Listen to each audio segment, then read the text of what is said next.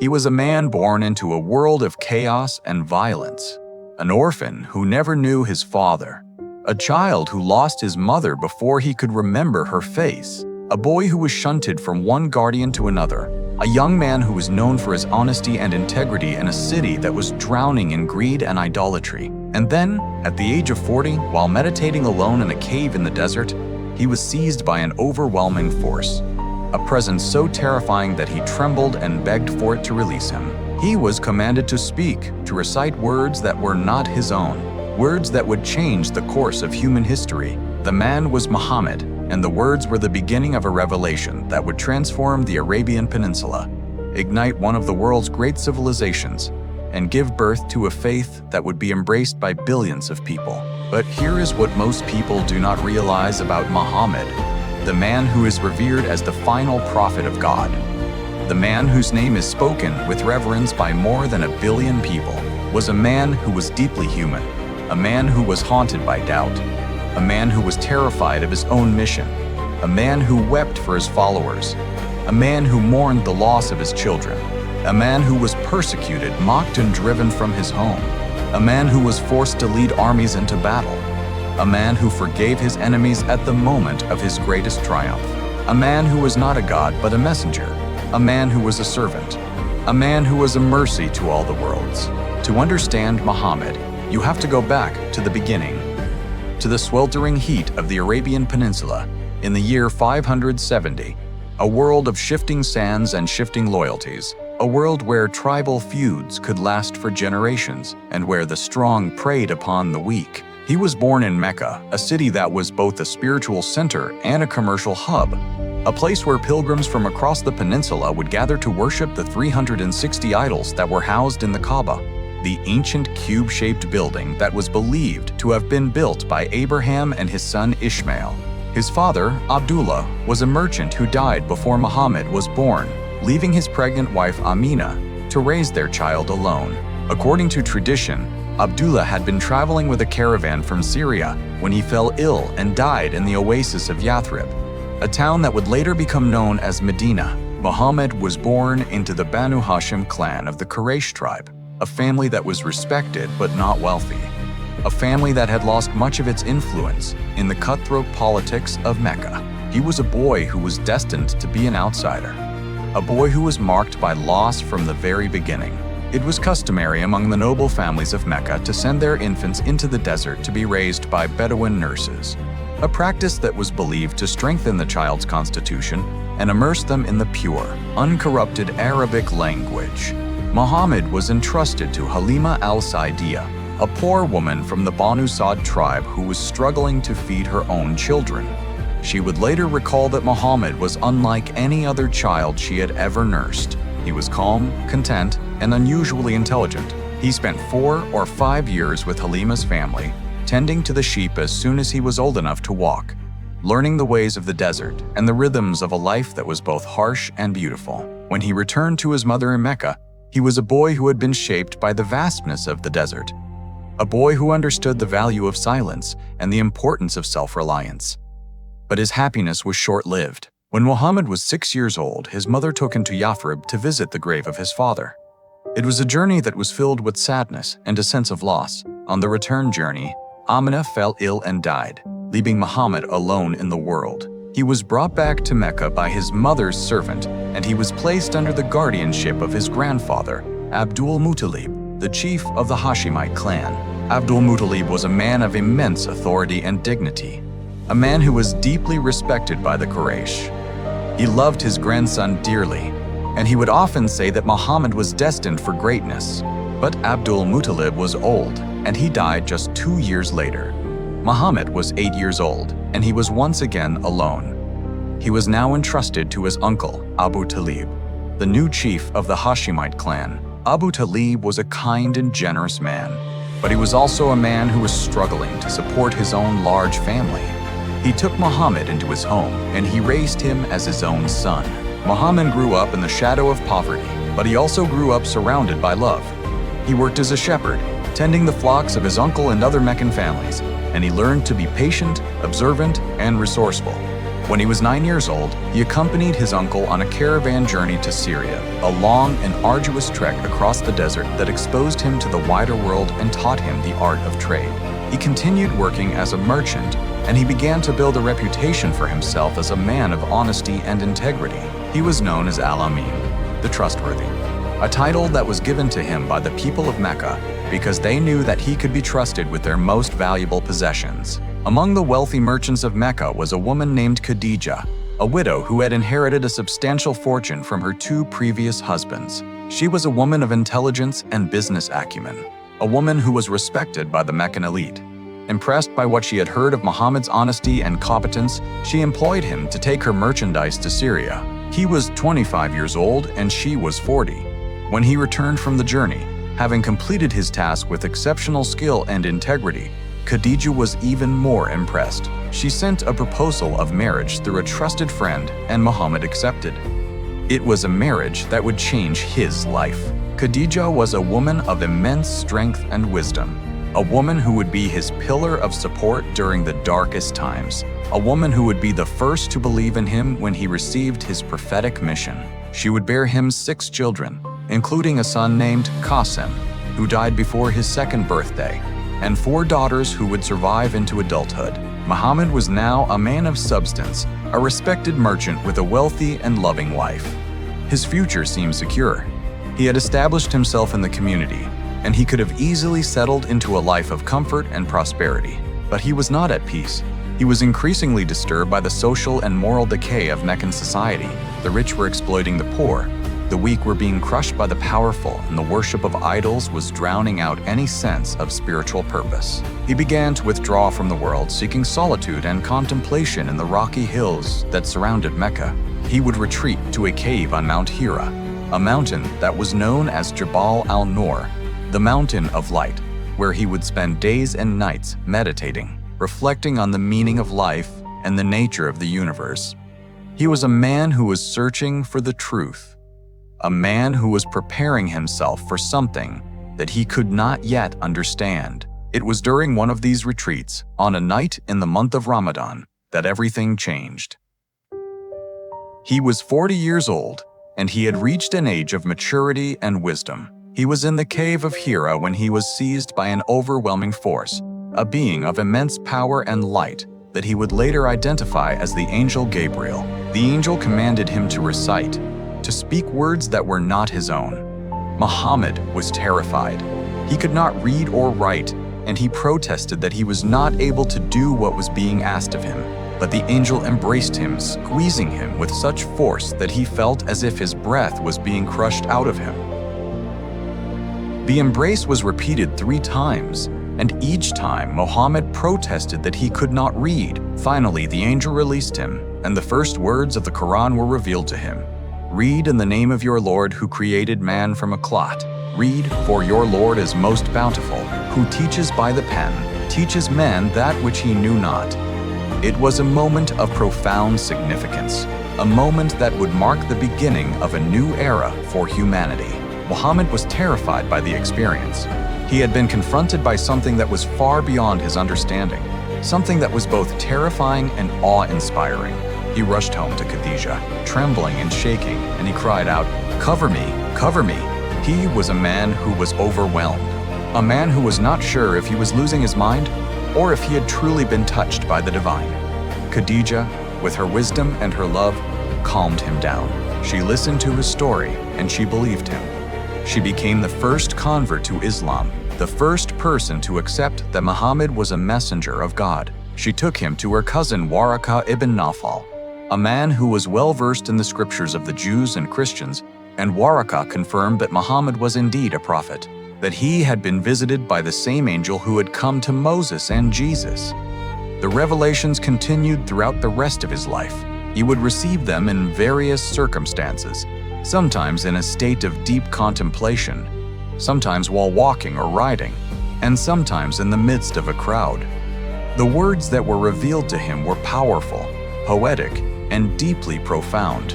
They spoke of the unity of God, the importance of justice and compassion, the need to care for the poor and the orphan, and the reality of the afterlife. They challenged the polytheism of Meccan society, and they called people to a life of righteousness and submission to the will of God. He began to share these revelations with a small group of followers, first with his wife Khadija, then with his cousin Ali, and then with his friend Abu Bakr, a man of immense integrity and generosity. The community grew slowly, attracting the marginalized and the oppressed, the slaves and the poor, who were drawn to the message of equality and justice that Muhammad was preaching. But his message was a direct threat to the established order in Mecca.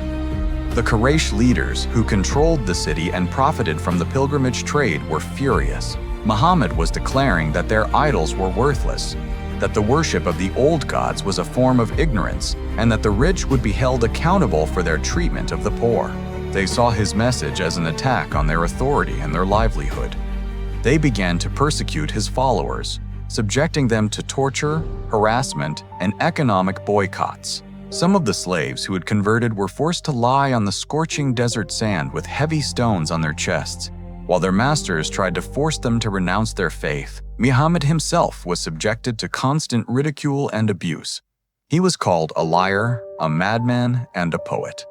People threw stones at him, and they mocked him in the streets. He was a man who was being tested to his limits, a man who was enduring unimaginable suffering for the sake of his message. He was a man who was also being sustained by a deep and unwavering faith, a faith that was rooted in his conviction that he was doing the will of God.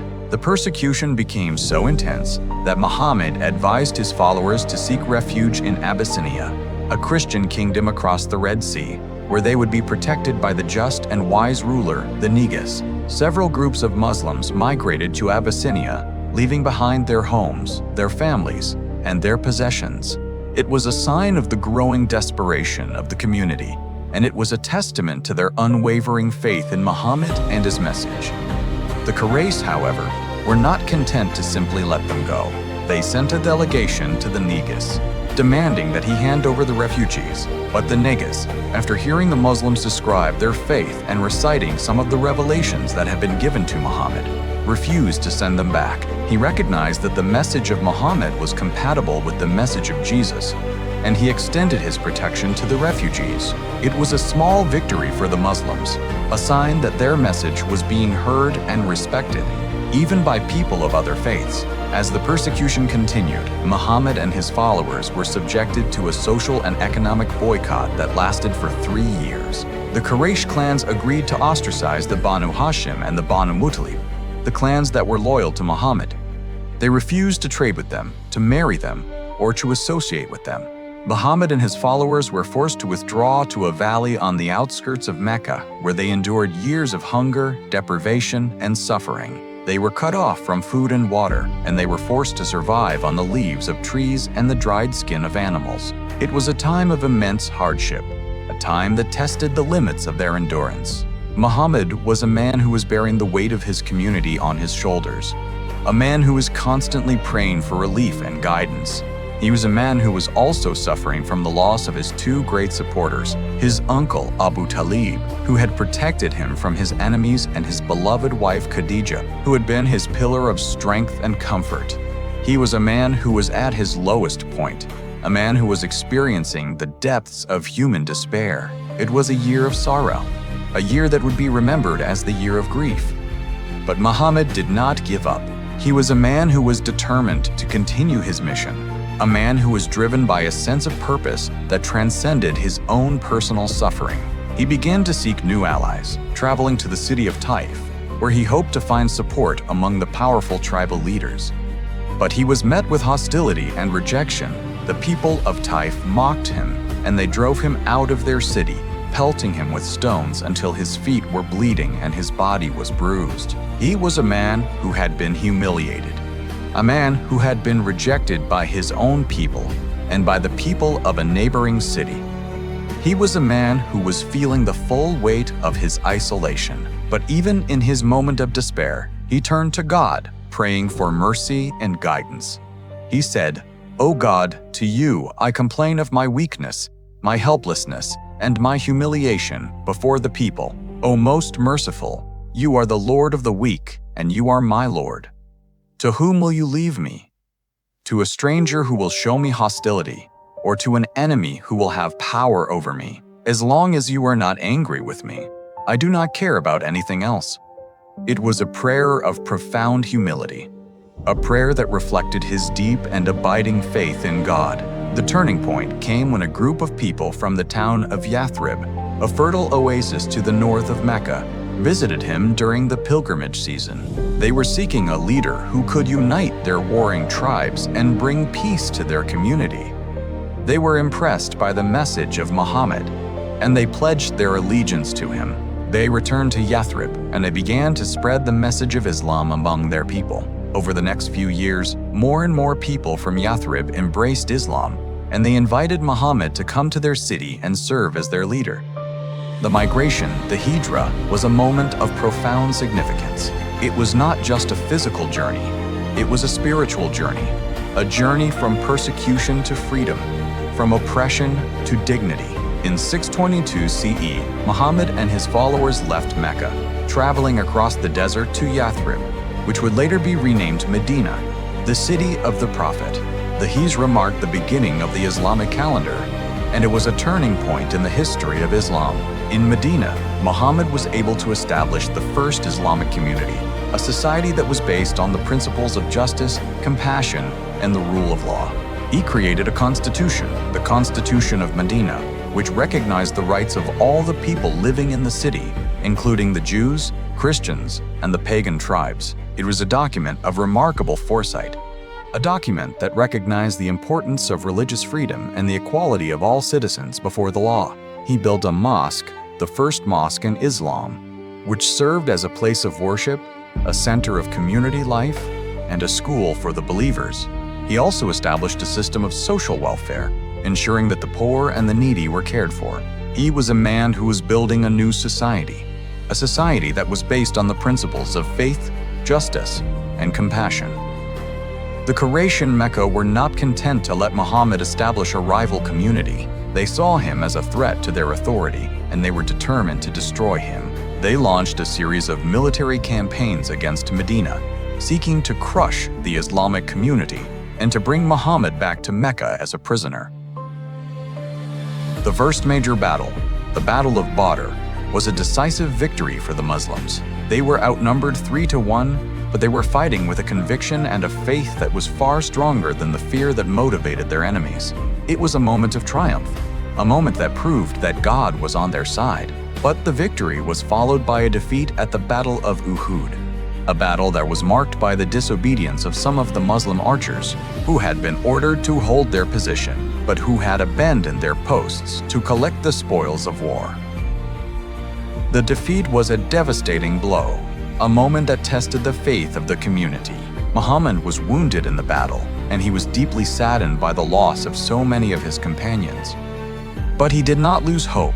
He was a man who was determined to persevere, a man who was willing to learn from his mistakes. Over the next few years, Muhammad's leadership was tested by a series of challenges, including a siege of Medina by a coalition of Quraysh and their allies, a siege that was known as the Battle of the Trench. The Muslims were surrounded and they were on the verge of being destroyed. But Muhammad's strategic brilliance and his ability to inspire his followers saved the community. He ordered his followers to dig a trench around the city, a defensive measure that was unknown in Arabia, and the trench proved to be an effective barrier against the enemy cavalry. The siege was eventually lifted and the Muslims emerged stronger than ever. It was a turning point in the conflict with the Quraysh, a moment that demonstrated the resilience of the Muslim community. In 628 CE, Muhammad led a group of his followers on a pilgrimage to Mecca, a journey that was intended to demonstrate their peaceful intentions. The Quraysh initially refused to allow them to enter the city, but after negotiations they agreed to a treaty, the Treaty of Hudaybiyah, which established a 10-year truce between the two sides. The treaty was a diplomatic victory for Muhammad, as it recognized the legitimacy of the Muslim community, and it allowed for the peaceful spread of Islam. The treaty was followed by a period of rapid growth, as more and more tribes from across Arabia began to embrace Islam. The message of Muhammad was spreading, and the power of the Quraysh was beginning to wane. In 600 CE, the Quraysh violated the terms of the treaty by attacking a tribe that was allied with the Muslims. Muhammad responded by marching on Mecca with an army of 10,000 men. The city was taken without any bloodshed, and Muhammad entered the Kaaba, the spiritual center of Arabia, and he destroyed the idols that had been worshipped there for centuries. He declared an amnesty, forgiving the people of Mecca who had persecuted him and his followers. It was a moment of extraordinary compassion, a moment that was a testament to his character and his faith. He was a man who had been given the opportunity to take revenge, and he chose forgiveness instead. He was a man who was showing the world that the path of Islam was a path of mercy, not of violence. Muhammad returned to Medina, where he continued to lead the Muslim community. He made a final pilgrimage to Mecca in 632 CE, a journey that is known as the Farewell Pilgrimage. On this journey, he delivered a sermon that was a powerful and comprehensive statement of his message. He spoke about the sanctity of human life, the importance of justice, and the equality of all people before God. He said, "Verily your blood, your property, and your honor are as sacred and inviolable as the sanctity of this day of yours, in this month of yours, and in this town of yours." He called on his followers to abandon the practices of the pre-Islamic period, including blood feuds and usury. He declared that all people are equal and that the only distinction between them is their piety and their good deeds. It was a sermon that was a milestone in human rights, a sermon that laid the foundation for a just and compassionate society. It was also a sermon that was a farewell, a final message to his followers before his death. After the pilgrimage, Muhammad returned to Medina, and he fell ill. He spent his final days in the house of his wife Aisha, surrounded by his family and his closest companions.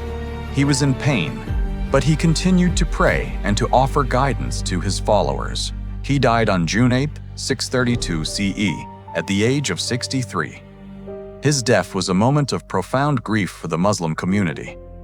His companions were devastated, and some of them refused to believe that he had died. But Abu Bakr, his closest friend, reminded them that Muhammad was a mortal man and that God alone was eternal. He said, "Whoever worshipped Muhammad, let him know that Muhammad is dead. But whoever worshipped God, let him know that God is alive and never dies." Muhammad was buried in the house of Aisha, in the city of Medina. His grave is still visited by millions of pilgrims each year. The legacy of Muhammad is one of the most profound in human history. He is the founder of Islam, the world's second largest religion, a religion that is practiced by more than 1 billion people. He is also a man who is revered as a prophet, a messenger of God, and a model of human conduct. His life has been the subject of countless biographies, histories, and scholarly works. He has been both praised and criticized, loved and hated, but he cannot be ignored.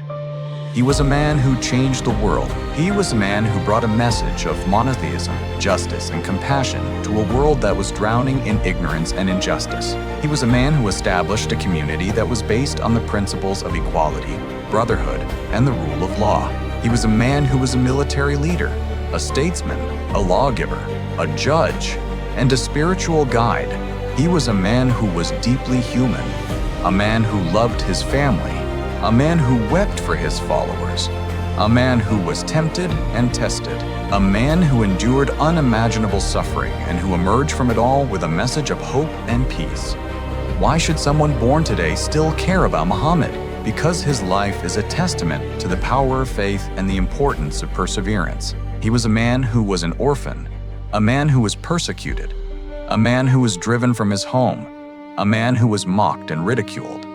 But he never gave up. He believed in his message, and he was willing to sacrifice everything for it. He showed us that the most important thing is not the obstacles we face, but the way we respond to them. He showed us that the pursuit of truth is a noble endeavor, and that it is never too late to change the world. He was a man who believed in the power of the human will, and he was a man who was not afraid to dream. He was a man who changed the world, and his story will continue to inspire generations to come. He was a man who taught us to be merciful to the weak, to care for the poor, to forgive our enemies, and to treat all people with dignity and respect. He taught us that the most important thing is not the power we wield, but the compassion we show. He taught us that the path to salvation is not through violence, but through submission to the will of God. He was a man who showed us that even in the darkest hour, hope is possible, and that the human spirit is indomitable. He was a man who changed the world, and he will never be forgotten. He was a man who showed us that the most important thing is not the success we achieve, but the difference we make in the world. He was a man who showed us that the pursuit of excellence is a noble endeavor, and that it is never too late to change the world. He was a man who was not just a prophet. He was a man who was a symbol, a man who was a legend, a man whose story will continue to inspire generations to come. He was a man who taught us that the most important thing is not the obstacles we face, but the way we respond to them. He was a man who showed us that even in the darkest hour, hope is possible, and that the human spirit is indomitable. He was a man who changed the world, and he will never be forgotten. He was a man who showed us that the most powerful force in the world is not violence, but faith. He was a man who taught us that the most important thing is not the victory we achieve, but the struggle we endure. He was a man who showed us that the most important thing is not the success we achieve, but the difference we make in the world. He was a man who showed us that the pursuit of excellence is a noble endeavor and that it is never too late to change the world. He was a man who was not just a hero. He was a man who was a legend, a man whose story will continue to inspire generations to come. He was a man who taught us that the most important thing is not the obstacles we face, but the way we respond to them. He was a man who showed us that even in the darkest hour, hope is possible, and that the human spirit is indomitable. He was a man who changed the world, and he will never be forgotten.